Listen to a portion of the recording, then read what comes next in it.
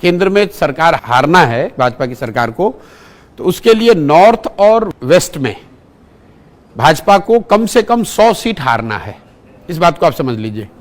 पूरे भारत के मानचित्र को अगर आप देखेंगे तो उसको ईस्ट और साउथ का आप एक पूरा डायगोनल लाइन खींच दीजिए अगर, तो ईस्ट और साउथ आप उसको शुरू कीजिए बिहार से, जोड़ दीजिए उसमें वेस्ट बंगाल, असम, उड़ीसा, तेलंगाना, आंध्र प्रदेश, तमिलनाडु और केरला। इन राज्यों में करीब 240 लोकसभा की सीटें हैं और इन राज्यों में भाजपा को 50 से कम सीट है।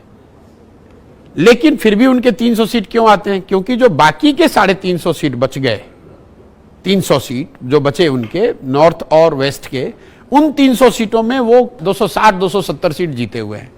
तो भाजपा तब तक नहीं चुनाव हार सकती है जब तक नॉर्थ और वेस्ट की जो 260 सीटें वो जीते हुए हैं वो उसमें कम से कम 80 या 100 सीट न हारें। अब अगर भाजपा को नॉर्थ और वेस्ट में 100 सीट हारना है तो कैसे हार सकते हैं? 5 पार्टियां हैं जिनका स्ट्राइक रेट मिनिमम 30% होना चाहिए। कई लोगों को लगता है सिर्फ कांग्रेस से हो जाएगा, ऐसी बात नहीं है। कांग्रेस और भाजपा का जो मुकाबला है वो समझो 250 सीटों पर है, इंक्लूडिंग साउथ। लेकिन कांग्रेस का स्ट्राइक रेट, बीजेपी वो सिंगल डिजिट में है। कांग्रेस के जो 50 एमपी जीते हैं वो भाजपा के खिलाफ नहीं जीते हैं। कांग्रेस के 50 एमपी का बड़ा हिस्सा केरल से है, तमिलनाडु से है और पंजाब से है। यहां पर वो भाजपा से लड़कर नहीं जीते हैं। जहां पर भी भाजपा से उनकी लड़ाई थी वो सब जगह भाजपा जीती है। इसके साथ साथ दूसरी बड़ी पार्टी एसपी, उत्तर प्रदेश में 80 सीट है, एसपी सिर्फ 5 सीट जीती।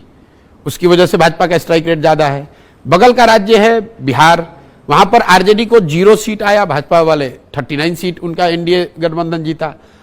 और फिर महाराष्ट्र जहां 48 सीट में भाजपा ने 18 और 23 करीब 41 सीट 48 में वो जीते।